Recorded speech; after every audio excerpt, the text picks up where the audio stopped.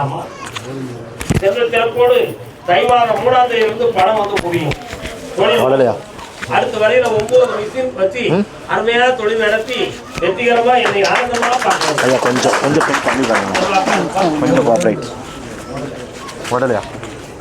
அவனை நீக்கியாச்சு. 3 ஆர்டர் வரும். ஆட்சி அதே பெங்களூர் எல்லை என் மகனை பக்குவப்படுத்தி வாழ வச்சு தரணும்னு காட்டு வந்தது யார்? பையனை பற்றி. மகனை பற்றி கேட்க வந்தது யாருப்பா? பிள்ளைய பற்றி கேட்க வந்தது யாரு? தமிழ் புரியுமாப்பா? யாரை பற்றி கேட்க வந்தீங்க? கால் வந்துட்டுவாங்க. ஹோ ஹோ வக்கீல் வராரு. இந்த விஷயம் உங்களை என்ன படிச்சிருக்கு? MBA படிச்சிருக்கேன். வக்கீல் வராரு. என்ன விஷயம்? எதுவும் கேஸுக்கு போட்டிருக்கீங்களா? இல்லைங்க. பக்கத்தில் வாங்க. 3 ஆண்டு காலங்கள் இவளுடைய இல்லற வாழ்க்கையை பற்றிய மனக்குழப்பமும் வேதனையும் இருக்கும். சரியா? ஆமாம். அதே மாதிரி சொத்துக்கள் தொழில் சம்பந்தமாக சட்டப்படி ஒரு சிக்கல் வரும். அந்த நிலைகள்லாம் இருக்குது. அதனால் பிப்ரவரி மாதம் 20ஆம் தேதிக்கு மேலே மங்களகரமான காரியம் தொடங்கும். ஒரு வழக்கறிஞராக படித்த ஒருவர் உன் வீட்டுக்கு உறவினராக வருவார். கால் வந்துட்டு வரலாம். என்ன புரியல? அவங்களுக்கு புரியுது. வழக்கறிஞர்னா வக்கீலுக்கு படித்தவங்க உங்கள் வீட்டுக்கு சொந்தமாக வருவாங்க. புரியுதா? அதில் உங்கள் லைஃப் வந்து தொடரும். இந்தாங்க, வெற்றியாக இருங்க. எல்லா கஷ்டமும் தீர்ந்தாச்சு. வேறு என்ன வேணும்? இந்த மாதத்தில் பிறகு தான் நடக்கும். ஜனவரி 26.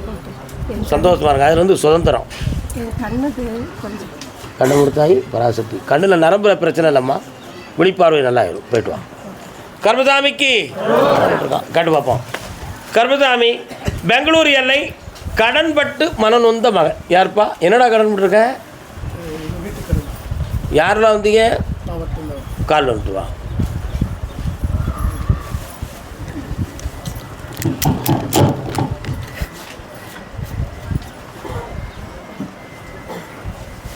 வரலாம். உன்னுடைய கட்டுமனைக்கு நான் போய் பார்த்தேன். முருகா, என்ன அப்படியா? உன்னுடைய வீட்டு எல்லையை தாண்டி போன உடனே ஒரு சிவாலயமும் அம்மன் கோயிலும் இருக்குது. எல்லா கோயிலும் இருக்குது. அதுக்குள்ள முருகப்பெருமானுடைய அருள் சக்தி அதிகமான ஒரு இடமா இருக்குது. ஆனால் இப்போ 2.25 ஆண்டுகள் உன்னுடைய தொழில் சரிவும் கடனும் மனவேதனையாக இருந்துக்கிட்டு இருக்கும். சரியா? அதனால் இடம்பெயரலாமாங்கிற ஒரு கிரகம் இப்போ நடந்துக்கிட்டு இருக்கு. இடம்பெயர்ச்சி தேவையில்லை. இப்போ உன் தொழிலை உருவாக்கி தரேன், கடனை தீர்த்து தரேன். வேறு என்ன வேணும் உனக்கு? வீட்டில் ஒரு மாதிரி குழந்தைங்க படிப்பு, ஆரோக்கியம். கண்ணை மூடி பார்ப்போம். எனக்கு உடம்பே ஒரு மாதிரி பேக் பெயின். உனக்கு உடல்னால சவ்வால உனக்கு பிரச்சனை இருக்குது. வேறு ஒன்றும் கிடையாது. பிள்ளைகளை படிக்க வச்சு தரேன், வெற்றியாக்கி தரேன். நல்லா இரு மகனே. கர்மசாமிக்கு ஒரு எல்லை தொழில் சம்பந்தமாக மன உபாதை அடைந்து வந்த மகன். என்னையா தொழில்? பில்டிங். கால் வந்துட்டுவாங்க. நம்ம போயிலங்க. நான் பார்த்த பெண்ணை இன்னொரு தரம் நீ பார்க்கவில்லை, நீ பார்த்த பெண்ணை நான் பார்க்கவில்லை. கட்டுமனைக்கு நான் போய் பார்த்தேன். 9 ஆண்டுகளுக்கு முன்னால் தொழிலில் இருந்த மன ஊக்கமும் லாபகரமும் இப்போ இல்லை. அந்த நேரத்தில் சில நட்புகள் உறவுகள் தோன்றி உன்னுடைய பணமெல்லாம் விரயமாகுச்சு. அதில் பெண்ணாலையும் ஒரு குடும்பம் பாதிக்கப்பட்டு துன்பமடைந்தது உண்டு. உண்மையா? கால் வந்துட்டு வரலாம். உன் வடிவில் நான் இருந்தேன், என் வடிவில் நீ இருந்தாய், விண்ணோடு விளையாடும் பெண்ணந்த பெண்ணல்லவோ. ஒரு கொடியில் 2 மலர்களைப் போல நட்புகளால் பாதிக்கப்பட்டு இன்றைக்கி பண நஷ்டம், தொழில் பார்க்க முடியாத குழப்பம், சுமார் வந்து ஒரு 75 லட்சம் ரூபாய்க்குள்ள நஷ்டமும் வேதனையும் இப்போ இருந்துக்கிட்டு இருக்குது. அதனால் மீண்டும் எடுக்கக்கூடிய ஆர்டருக்கு பணமும் வேணும், அதை பில்டிங்கெல்லாம் நடத்தி கொடுக்கக்கூடிய சக்தி வேணும். எங்கே போனாலும் முட்டிக்கிட்டு குனிகிறத மாதிரி ஆர்டர்கள் கிடைக்காத பிரச்சனை இருக்குது. அதை வசியமாக்கி தந்தால் போதுமா? கால் வந்துட்டு வரலாம்.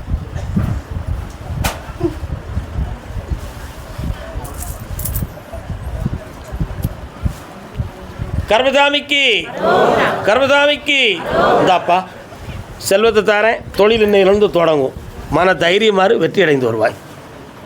கர்மசாமிக்கு அதே பெங்களூர் கல்யாணம் முடிக்கவா வேண்டாமா? 1 2 3 4 யார் அது? பாஞ்சு போகிறான் பல்லக்காரன். இன்னொரு தடவை கால் வந்துட்டு வாப்பா.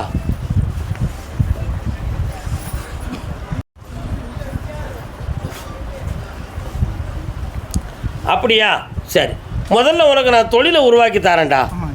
அதுதான் உனக்கு மெயின். அதுக்கு பிறகு உனக்கு கல்யாணத்தை நம்ம பார்ப்போம். சரியா? தியானம் பண்ணும்போது ஒரு மாதிரி ஒரு பக்கமாக இழுத்து சுற்றி வருது. அதெல்லாம் என்னன்னு சொன்னால் மூலாதாரத்தில் இருந்து ஒரு உணர்ச்சி அலை தோன்றும். நல்ல கவனிச்சுக்காங்க. ஆன்மீகத்தை விரும்பக்கூடியவர்களுக்கு நான் சொல்லுகிற விளக்கம் இது. ஒருத்தர் வந்து உருப்படியாக தியானம் இருந்தாங்கன்னா மூலாதாரத்தில் இருந்து ஒரு உணர்வு கிளம்பும். முதல்ல மூலாதாரம் எதுன்னே இன்னும் மக்களுக்கு சரியாக தெரியாது. அதை நம்ம பிறகு அறுதிக்கிட்டு நம்ம காட்டுவோம். எல்லோரும் மனத்துவாரம் தான் மூலாதாரம்னு பல பேர் நினச்சிக்கிட்டு இருக்கான். ஏன்னா மூலம்னு ஒரு வார்த்தையை வைத்தியர்கள் சொல்லியிருக்காங்கல்ல, அதனால். ஆனால் அப்படி இல்லை. சுவாதிஷ்டானத்துக்கும் மூலத்வாரத்துக்கும் இடையில் இருக்கக்கூடிய தாங்கல் பகுதிக்கு பேர் தான் ஆதாரம். அதுதான் மூலாதாரம். கிருஷ்ணபடலமாகிய சிறுநீரகத்துக்கும் மூலாதாரத்துக்கும் இடைப்பட்ட மேல் மடல் சக்தியில் இருக்கிறது தான் சுவாதிஷ்டானம். அதுக்கு மேலே இருக்கக்கூடிய உந்திச்சுழியில் தோன்றியவை தான் மணிப்பூரகம். இப்படி ஒவ்வொரு இடமும் இருக்குது. அதனால் நீ தியானம் இருக்கும் பொழுது உலகத்தில் எல்லாருக்கும் தியானம் ஒழுங்காக இருந்தாம்னா உள்ளே தாக்க வெளியே நோக்க அப்படின்னு சொல்லி ஒரு சக்தி இருக்குது. உள்ளே தாக்குவது எது, வெளியே நோக்குவது எது? உள்ளே தாக்குவது மூச்சுக்கணலை, வெளியே நோக்குவதோ சிந்தனை சேதல். புரியுதா? இந்த நிலைகளை ஏற்படுத்துகிற பொழுது மூலாதாரத்திலேருந்து ஒரு உணர்வு கிளம்பும். இடது புறத்திலேருந்து அப்படி வட்ட வடிவத்தில் மேலே தோன்றுச்சுன்னு சொன்னால் கடைசியில் உந்தியில் வந்து முடியும். இங்கே இப்படி தோன்றும். இப்படி அப்படி தோன்றுகிற வடிவத்தின் பெயர் ஓம் என்னும் வடிவம். சில பேர்களுக்கு வலது புறத்திலிருந்து இடதுபுறமாக தோன்றும். சில பேர்களுக்கு இடது புறத்திலிருந்து வலதுபுறமாக தோன்றும். இதுதான் உந்திச்சொடி. அந்த சக்திகள் அதிகமாகிடுது அப்படின்னு சொன்னால் நினைவாற்றல் கூடும். நாளை வருவது இன்று தெரிகின்ற ஒரு பெரிய மன ஆற்றல் கூடும். இப்படிப்பட்ட நிலைகள் இருக்கும். இதை அறியாதவன் முதல்ல செய்து வருகிற பொழுது உள்ளத்தில் ஒரு பயம் தோன்றும், ஒரு படபடப்பு தோணும். ஏதோ ஒன்று நம்மளை அசைக்குதே தெரியலையே, இருக்கவா வேண்டாமான்னு ஒரு குழப்பம் வரும். அதுதான் உனக்கு வந்த குழப்பம். கால் வந்துட்டுவான். ஆனால் பிரம்மச்சாரியமாக இருந்துக்கிட்டு இப்படி ஒரு நிலையை நம்ம கொள்ளுதமே, இது சரிதானா அப்படின்னு சில சிந்தனைகள் வரும். உட்கார். அந்த சிந்தனை ஏன் வருது அப்படின்னு நம்ம கேட்போம். மனிதனுக்கு மூலாதாரத்திலிருந்து ஓம் என்னும் பிரணவம் தோன்றிவிட்டால் உயிரணுக்களினுடைய தன்மை மேலேறி சுவாதிஷ்டான பகுதியை தாண்டிடும். சுவாதிஷ்டான பகுதியை தாண்டிவிட்டால் ஆன்மீகை பற்றிய சிந்தனையும் இல்லற வாழ்க்கையை பற்றிய சிந்தனையும் குறைஞ்சிரும். அப்படி குறைஞ்சிடுனா இப்போ நம்ம சன்னியாசியாக தான் போகணுமே தவிர சம்சாரியாக வாழ முடியாது. அதனால தான் பிரம்மச்சாரியத்தை முதல்ல வந்து மனதார விரும்பினா மட்டும்தான் பிரம்மச்சாரியமாக இருக்கணும். அப்படி இல்லைன்னு சொன்னால் சம்சாரியாக மாறிடணும் அப்படின்னு பெரியவர்கள் சொல்லியிருக்காங்க. உனக்கு இந்த தியானம் தேவையில்லைன்னு நான் முடிவெடுத்துட்டேன்.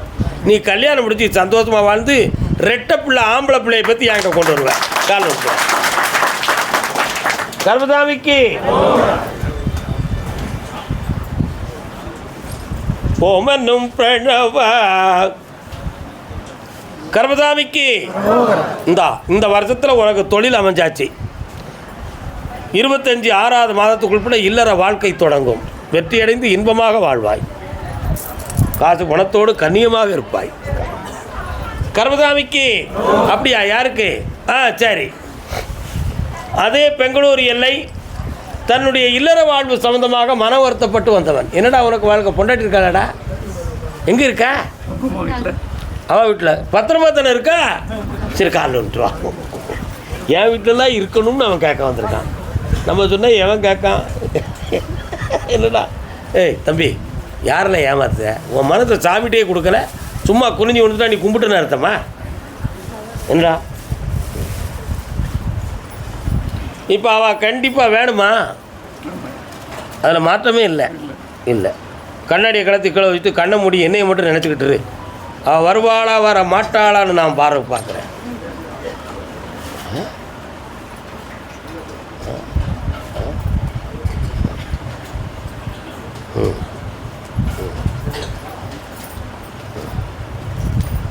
அவள் வரக்கூடிய அளவுக்கு மனநிலைகள் இல்லையடா தம்பி. உங்கள்கிட்ட ஒரு அமௌண்ட் வாங்கலாம்ங்கிற ஒரு எண்ணம்லாடா இருந்துக்கிட்டு இருக்கு. அது சொந்தமாக ஒரு நல்ல ஆட்களெல்லாம் சட்டம் தெரிந்தவரை கன்சல்டிங்லாம் பண்ணி ரெடியாக வச்சுருக்குறாங்களே, என்ன செய்யலாம்? பணம் கொடுக்கறதுக்காக அவளை வேணுங்கிறியா, இல்லாட்டா அன்பு பாசம்ங்கிற வாழ்க்கைக்காக வேணும்னு சொல்கிறியா? உண்மை தானே? என்கிட்ட போய் சொன்னால் மாட்டிக்கிடுவேடா. உண்மை தானே? முதல்ல முரட்டுத்தனம் இருந்தது உண்மை தான். ஆனால் இப்போ கொஞ்சம் பக்குவத்துக்கு வந்திருக்க. கால் வந்துட்டு வா. வெற்றிவேல் முருகனுக்கு, வீரவேல் முருகனுக்கு. முருகானு கூப்பிடும்போது நீங்கள்லாம் சிந்திச்சிருக்க வேண்டாமா? அவன் உன்னை குற்றவாளியாக சொல்லிக்கிட்டு இருக்கான். என்ன, ஏகப்பட்ட ஃப்ரெண்ட்ஷிப் இருக்குது, அதில் எனக்கு திருப்தி இல்லை, அதனால் கொஞ்சம் மனசுல குழப்பம் இருக்குது அப்படின்னு சொல்கிறான். புரியுதா? ஆனால் அவளுடைய சின்சியரான கடும் கோபத்துக்கு உன்னால் சமாளிக்க முடியலை. அவளை ரெண்டு சமாதானமாக்கி வாழ வச்சு தந்தா போதும்ல. உன் பிள்ளைக்காக அவளை கொண்டு வந்து சேர்க்குறேன். கால் வந்துட்டுவான்.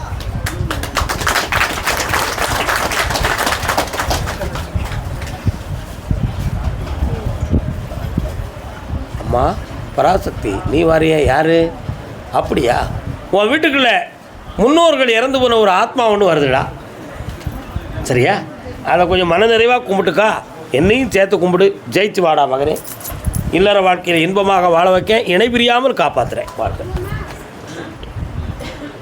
இதான் கடண்டி உங்கள் ஊரில். நல்லா? அப்படியா? சரி, திருவண்ணாமலை அடுத்து அழைக்கிறப்பா. அடுத்த திருவண்ணாமலைக்கு அரோகரா. திருவண்ணாமலை தீபம்னா என்னென்னு தெரியுமா அவங்க எல்லாருக்கும்? பெரிய பீப்பாரை கொண்டு போய் எண்ணெயை வச்சு திரியை வச்சு கற்பூரம் வச்சு ஊற்றி எரிக்கிறாங்கிறது மட்டும்தான் உங்களுக்கு தெரியும் இல்லையா? அப்படி தானே தெரியும், வேற ஒன்றும் தெரியாதுல்ல. திருவண்ணாமலை திருவண்ணாமலை. என் பிள்ளையை பற்றி விளக்கம் வேணும்னு கேட்டு வந்தது யாரு? பிள்ளையை பற்றி கேட்டு வந்தது யாரு? யார் பாருங்களா? பிள்ளை என்னாச்சுடா? கால் வந்துட்டு வாங்க. அதான் விளக்கம் வேணும்னு கேட்டேன்.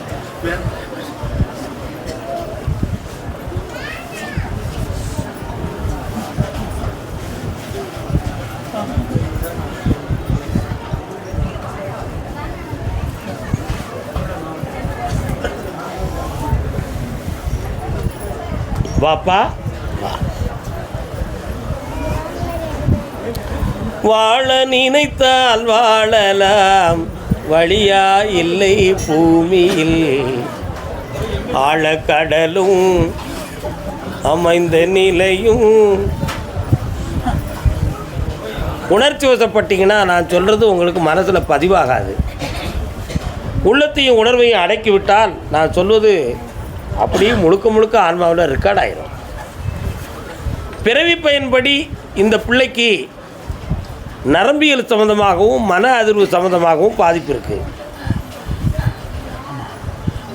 சிந்தனை ஒழுங்காக இருந்தால் பேசிடலாம், சிந்தனையில் சிதறல் இருக்குது. அதனால் சீர்திருத்த முடியுமா அப்படின்னு நான் கேட்டேன். உங்கள் ஊர் எல்லையில் கன்னிமாரம்மன் சொல்லி அம்மன் இருக்காளாம்ல? இருக்காளா? கால் வந்துட்டு வா.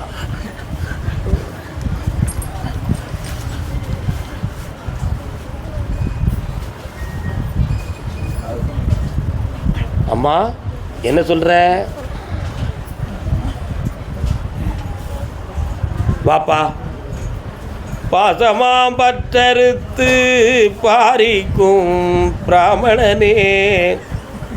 என்ன அவங்க ஆரியனேன்னு சொன்னாங்க, நான் பிராமணனேன்னு சொன்னேன். இது என்ன தப்பு இருக்குது? நீங்கள் தமிழில் சொன்னா தான் ஒத்துக்கிடுவீங்களோ? ஐயா, பாசமாக பற்றறுத்து பாரிக்க மாறியனேன்னு சொல்கிறது சும்மா கருத்து செறிவுக்கு சொல்லலை. உன் உள்ளத்தில் பாசமும் உணர்ச்சி வசமும் அதிகம் இருக்குது. இந்த பிள்ளையை நீ ரொம்ப உயிராக நினைக்கிற, இவனை சரியாக்கி தரணும்னு நீ கேட்குற. ஆனால் பிறவி பயன்படி இவன் சரியாகுவானான்னு நான் கன்னிமாரம்மன்ட்ட கேட்டேன். 7 மாத காலங்கள் அவகாசம் இருக்குது. 7 மாத காலம் அவகாசம் இருக்குது. 7 மாத காலத்துக்கு பிறகு இவன் உள்ளம் அடங்கும். 1-2 வார்த்தைகளை பேசி உன்னோடு உறவாடுவான். கவலைப்பட வேண்டாம், தெளிவாக்கி தரேன். கால் வந்து ஸ்கூல் போனால் ஸ்கூல் வானான்னு நிறுத்திருக்காங்க. வேறு ஸ்கூலில் என்ன சார் சேர்த்து வைக்கிறேன். தைரியமாக இருக்கலாம், வீணாக படப்படக்காதப்பா. வேலையில் பிரச்சனை இருக்குது, சஸ்பெண்ட் பண்ணிட்டாங்க சார்.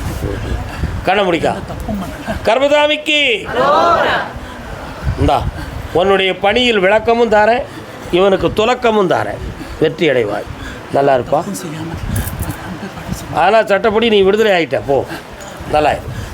அடுத்து கர்மசாமிக்கு அதே திருவண்ணாமலை பகுதி, தன்னுடைய இல்லற வாழ்க்கையில் மனவேதனையும் குழப்பமும். என்னம்மா உன் வீட்டுக்காரர் எங்கே இருக்காரு? என்னம்மா வேதனை உனக்கு? நான் பேசுகிற கேள்வி நீ இல்லையே பாப்பமே. யார் வந்திருக்கா? கணவன் மனைவிக்குள் மன வருத்தங்கள் யாருக்கு? உன் வீட்டுக்காரர் எங்கம்மா இருக்காரு? ஆ, தனித்தனியாக இருக்கியா? காலைல வந்துட்டோம்மா.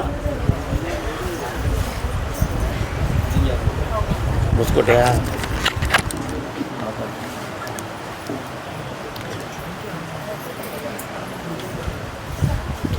நல்ல காலில் விடலை, உன் உள்ள வந்து குழம்பி இருக்கு. இன்னொரு தடவை காலில் வந்துட்டுவாமா. முனீஸ்வரர் வராது, பிள்ளையார் வராது, ஒன்றுமே இருக்காங்க. அப்படியா? ஆ சரி, கேட்டுருவோமா? ஆ சரி, வாங்க.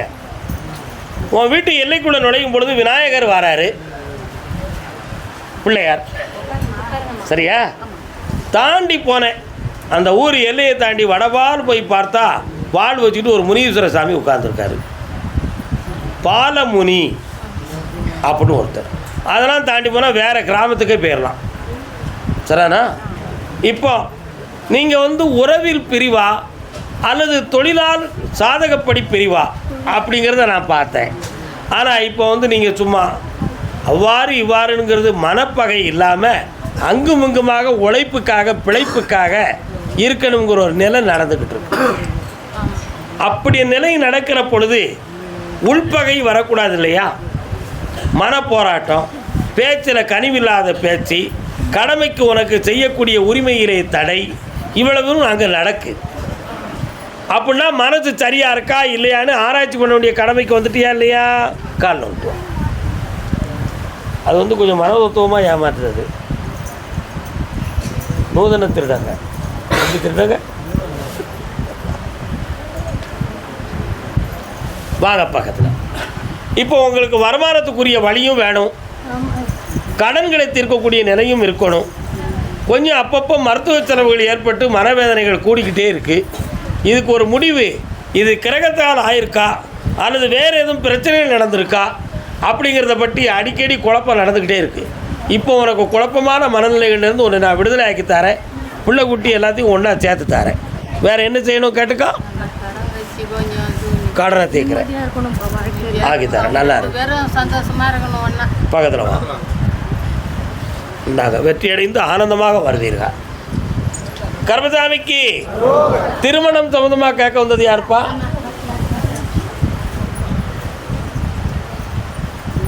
யார் இந்த பிள்ளை? ஒன்றும் தெரியாத பாப்பாவா? நீங்கள் ஏன் சிரிக்கியா இருக்கலாம்? பாப்பா அவன் பேர் என்ன பேர் பாப்பா? லதா. லதா, பிஸ்கியை தானே குடிக்கக்கூடாதுன்னு சொன்னேன். இன்னொரு தடவை கால் வந்துட்டு வா. நான் சொன்னோம்னா அதுக்கு காரணம் இருக்கும். சும்மா விளையாட்டுக்கு சொல்லுவோன்னு மட்டும் யாரும் நினச்சிடாதீங்க.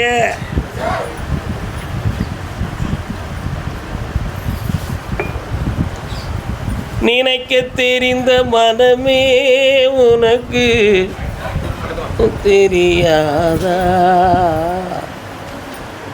உங்களை ரொம்ப பேசி வருத்தப்பட வைக்க விரும்பலை. என்ன வேணும்னு கேட்டுக்காங்க.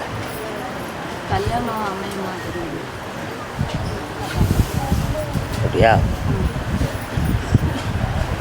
அங்கே தள்ளிப்போ, நீ மட்டும் கால் வந்துட்டு வா. பழக தெரிந்த உயிரே உனக்கு இலக தெரியாத உயிரே. 2 ஆண்டுகளுக்கு முன்னால் மனசு ரொம்ப வேதனைப்பட்டு நொந்துக்கிட்டேன். வரக்கூடிய வைகாசி மாதத்துக்கு பிறகு 2 வரன்கள் வரும். ஒருத்தர் வந்து 2ஆம் தர கல்யாணமாக ஒரு ஜாதகம் வரும். மனைவி இல்லை, குழந்தையும் இல்லை. அப்படிப்பட்ட ஒரு அமைப்பில் இவள் வாழ்க்கை அமைஞ்சதுன்னா மிக ஒளிமயமாக இருப்பாள். இதுதான் இவளுடைய விதி அமைப்பு. புரியுதா? வைகாசியில். அது இல்லாமல் நல்லா புரிஞ்சுக்கணும், இன்னொரு ஜாதகம் இருக்குது. அந்த கல்யாணம் நடக்கும், ஆனால் ஒரே ஒரு பிள்ளை பிறக்கும். அது பொம்பளை பிள்ளையாக பிறக்கும். அதுக்கு பிறகு கர்ப்பப்பையை எடுக்கணுங்கிற ஒரு சூழ்நிலையும் இருக்கும். இதுதான் இந்த 2ல் 1 வைகாசியில் முடித்து வெற்றியாக்கி தரேன். காரணம் சொல்லலாம். என்ன கேட்க போகிற? நல்லா இருப்பாங்க, கரப்பில். அடுத்து பேசுவோம். வைகாசியில் வசந்த காலத்தோடு என்னை பார்க்கவா, செல்வாக்கோடு இருப்ப, வெற்றி அடைந்து வரும். கர்மசாமிக்கு ஆமாம், சொத்துக்கள் சம்பந்தமாக மன வருத்தப்பட்டு வந்தது யாருப்பா? திருவண்ணாமலையிலிருந்து சாமி. எது எடுத்தாலும் முந்தாதம்மா. உனக்கு என்னம்மா சொத்து இருக்கு? அதில் என்ன பிரச்சனை? அதான் பார்த்தேன். திருவண்ணாமலையிலிருந்து எல்லா தொழிலும் நடத்தி தோற்று போய் மன வருத்தப்பட்டு கர்மசாமி நீயே காப்பாற்றுன்னு சொல்லி வந்தேன். ஆனால் இப்போவும் என் மனதில் வருத்தம் தான் இருக்குது, எனக்கு தெளிவு கிடைக்கலையே ஐயா அப்படின்னு ஒருத்தன் கேட்கான். என்னடா தொழில் நடத்தி தோற்று போனேன்? எலக்ட்ரிக்கல் வேலை செஞ்சேன், கொஞ்சம் நஷ்டமாயிடுச்சு. அதுக்கப்புறம் கடன் ஆகி 4 வருஷம் ஆச்சு. கால் ஒன்று வெளியே வந்துட்டேன். திருப்பி வேலுண்டு விரைவிற்க அதோட 2 வருஷம் நல்ல காலில் விடலை. உங்கள் மனசு அங்கே போனால் தான் இங்கே செய்தி, இல்லைன்னா இல்லை. என்ன வரலாம்.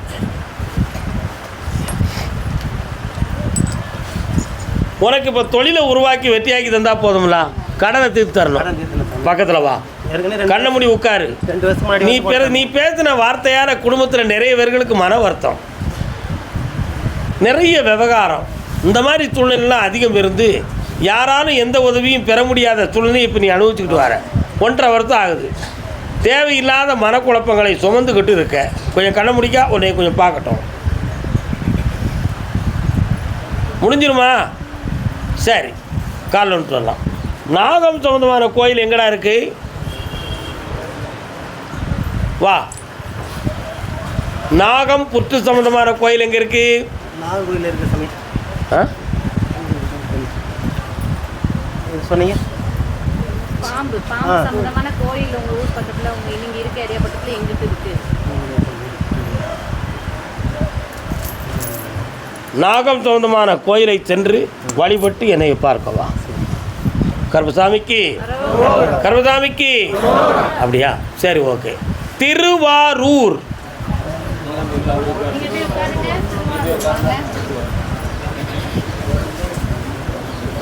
அவன் நாகர்கோவில் இருக்கான், எங்களுக்கு தெரியாதுல்ல அது. திருவாரூர் எல்லை. திருவாரூர் ஆரூரா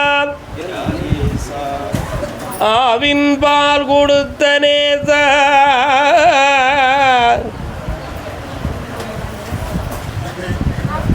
கோயில் பாதி குளம் பாதி. கமலாம்பிகை இருக்கும் இடம் எங்கப்பா இருக்கு?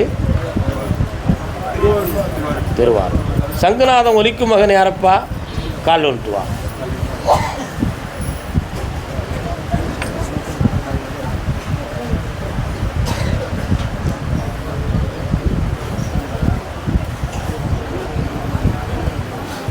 என்னப்பா வேணும் உனக்கு? யாருக்கு? பையனுக்கு. உங்கள் பக்கத்தில் வா, நிமிந்து உட்காரு பாப்பா. நீ அப்படியா? காசிக்கு போயிட்டு வந்துட்டியா? போயிட்டு போய் எவ்வளோ நாள் இருக்கும்? 5 வருஷம் இருக்கேன். இன்னொரு தடவை கால் வந்துட்டு வா. அம்மா ஆமாம் அப்படியா? சரி, நீயே சொல்லிடுவா. வாடா என் செல்ல ஐயா. இந்தா இந்த கனியை உன் பிள்ளையை சாப்பிட சொல்லு. என்ன பிள்ளை பிறக்கும்னு கேட்டே நீ? எஸ். அன்னபூரணி வந்து பிறக்க போகிறாடா. இந்தா அன்னதானத்தை சிறப்பாக செய்வாய். சிவனடியார் என்னும் சித்தனுடைய ஞானங்களை பெற்று ஆனந்தமும் அடைவாய். உனக்கென்று ஒரு தவக்குடிலை உருவாக்குவாய். தர்மத்தை நிலைநாட்டுவாய். சென்று வரலாம். கருப்பசாமிக்கு அதே திருவாரூர் எல்லை. துணைவியின் ஆரோக்கியம் பற்றி மன வருத்தம். யாருக்கு? மனைவியுடைய ஆரோக்கியத்தை பற்றி கால் விட்டு வரலாம். பட்டதெல்லாம் போதுமா பட்டினத்தாரே, பரமன் கை உருவினை கட்டி வைத்தாரே. பாடுபட்டு சேர்த்து வைத்த பொருளெல்லாம் வீணாயிடுத. நிறைய சொத்துக்களும் வீணாகி போச்சு. அதே மாதிரி உங்ககிட்ட வாங்கின மக்களெல்லாம் கொடுக்கறதுக்கு மனசில்லாமல் முகத்தை மாற்றிக்கிட்டு போவாங்க. உண்மையா? ஆனால் இப்போ ஊர் ஓவன வீடு பட்டினி. உன் பொண்டாட்டி ஊரவே ஆளுவாள. என்ன பொறுப்பில் இருக்கா? பிரசிடெண்ட்டு. கால் ஒன்று வரலாம். நல்ல நேர்மையான மகள், உத்தமமான மகள், கருணை வடிவானவள். ஐயா யாருன்னு கேட்குறேன். ஒருத்தன் நொண்டி அடிச்சுக்கிட்டு வாரான். அவன் யாருன்னு கேட்குறேன். நொண்டி வீரனார்னு யாரும் இருக்காங்களாப்பாங்க? இருக்காங்கண்ணா. நொண்டி வீரனார் சாமியா வந்து வாராரு. 3.25 ஆண்டுகள் செல்வங்கள் தேய்வு. நீயும் கொடுக்க வேண்டியிருக்கு, அவங்களும் மக்களும் உனக்கு தர வேண்டியிருக்கு. இப்போ சில சொத்துக்கள் வழக்காடக்கூடிய நிலைமையில் மாட்டிக்கிட்டு முடிக்கும். அந்த இடத்த நான் வெற்றியாக்கி தந்துட்டோம்னா உன் காரியம் ஜெயிச்சாச்சு. ஜெயிச்சு தந்துட்டா போதுங்களா? வெற்றி மாலை கொடுப்பா என் பிள்ளைக்கு. கூப்பிட ஐயாவை கருப்பசாமிய.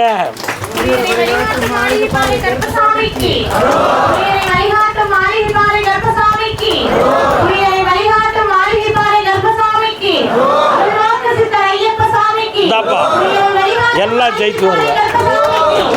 அட்வான்ஸ் வாங்கிட்டு என்னை ஆனந்தமாக பார்க்கவா. சந்தோஷமாக இருப்பாங்க. வேலை கிடச்சாச்சு. யூடியூப் ஆஃப் பண்ணுங்கப்பா. ஒரு வார்த்தைக்கு மட்டும் ஆஃப் பண்ணுங்கப்பா. ஒரு வார்த்தைக்கு மட்டும்தான் வேலை உண்டு. இந்த இடத்த விற்றுட்டு என்கிட்ட வந்த உடனே ஆம்பளை பிள்ளை தரவேன் கருப்பசாமின்னு பேர் வை. சரி. அதே திருவாரூர் பகுதி. பால் இருக்குது, பழம் இருக்குது, பழனி மலையிலே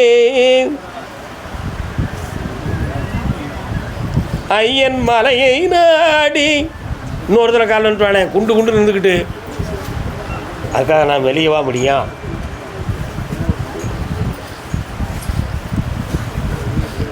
அவசியம் இல்லாமல் ஒருத்தன் வந்து கேஸை கொடுத்து பிரச்சனையை உருவாக்கி விட்டான். அதை அடித்து ஜெயித்த பிறகு ஊரில் ஒரு வழக்கில் கொண்டு போய் மாட்டிக்கிட்டு விவகாரத்தை பேச வைக்கான். அந்த வழக்கில் உன்னை ஜெயிச்சும் தரணும். இப்போ நீ நடத்தக்கூடிய தொழிலில் இருக்கக்கூடிய பிரச்சனையை நான் தொடங்கி தரணும். அவ்வளோதான விஷயம். வண்டி ஓடலை, வண்டி ஓடலை, அவன் கேட்கலாம் பணம், சம்பள பணம் இல்லை. நான் வாங்கி தரேன். 2 பேரை வச்சு பேசி வாங்கணுமா? கருப்பசாமியே வாங்கி தந்துடணுமா? ஆம்பளை அசத்திரிய காலில் விட்டு வா.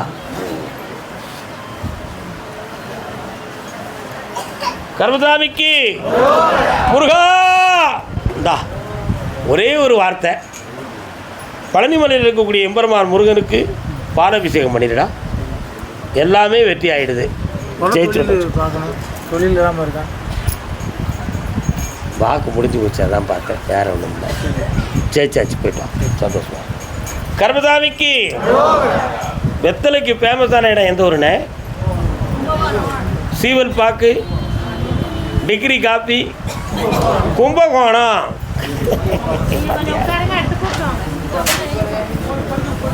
டிகிரி காப்பினா என்னடா அர்த்தம்? குமரகுருபரா? அந்த பர்சனல் காப்பி கொட்டையை அந்த நேரத்தில் திரித்து அதை எசன்ஸ் ஆக்கி காப்பி போட்டு தரதுக்கு பிறகு தான் டிகிரி காப்பி. நீங்கள் வேறு எதாவது அதில் டிகிரிஸ் வச்சுருப்பாருன்னு நினச்சிடாதீங்க. அப்படிலாம் ஒன்றும் கிடையாது. என்ன சங்கல்பனாதா சந்தர்ப்ப சுரூபா, எங்கும் நிறைந்த பெருமானே, இந்த வாழ்க்கை தொடங்குமா நிற்குமா? விட்டுறவா? ஆ சரி. பொம்பளை பிள்ளை வாழ்க்கையை பற்றி கேட்க வந்தவங்க கால் வந்துட்டு வரலாம்.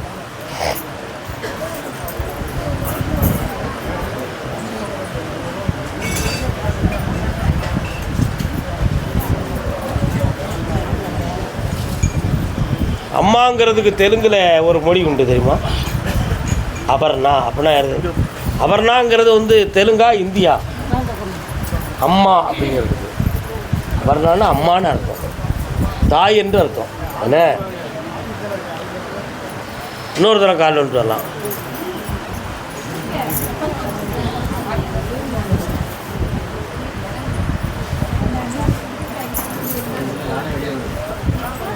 நஞ்சை புஞ்ச நாலு பக்கம் நீ வந்து உணவடன் உன் வீட்டை சுற்றி பார்த்தப்பா.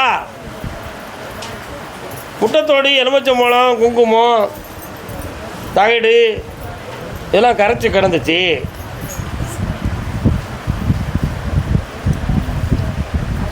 தேவையில்லாமல் ஒருத்தன் செஞ்சு போட்டிருக்கான். சில காலங்களுக்கு முன்னால். ஆனால் அந்த சூழ்நிலைகள்லாம் ஏன் நடந்துச்சு அப்படின்னு கேட்டேன். உன் மேலே போட்டி போகாமல் உள்ளது தான்.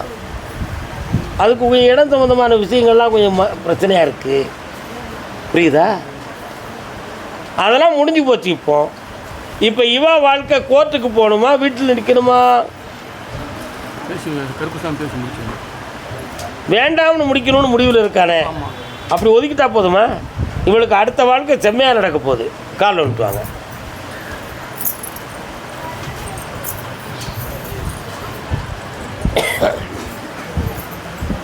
நாராயணா என்னும் அப்படியா? அவரை கும்பிட சொன்னா அப்படியா? நான் ஒரு பாட்டு பாடுறேன்ப்பா, அந்த பாட்டை கொஞ்சம் நல்லா கவனிப்பியா?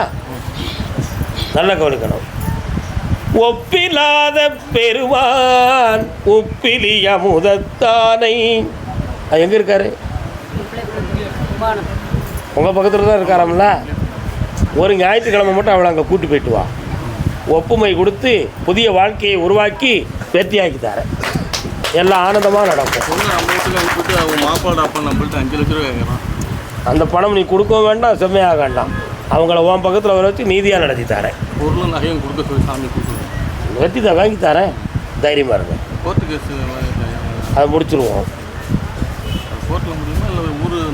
நம்ம தான் பேசி முடிக்கும். காம்ப்ரமைஸ்லாம் பேசி முடிச்சுருவோம். நல்லா கர்மசாமிக்கு அடுத்த உத்தரவுல வெற்றிவேல் முருகனுக்கு வீரவே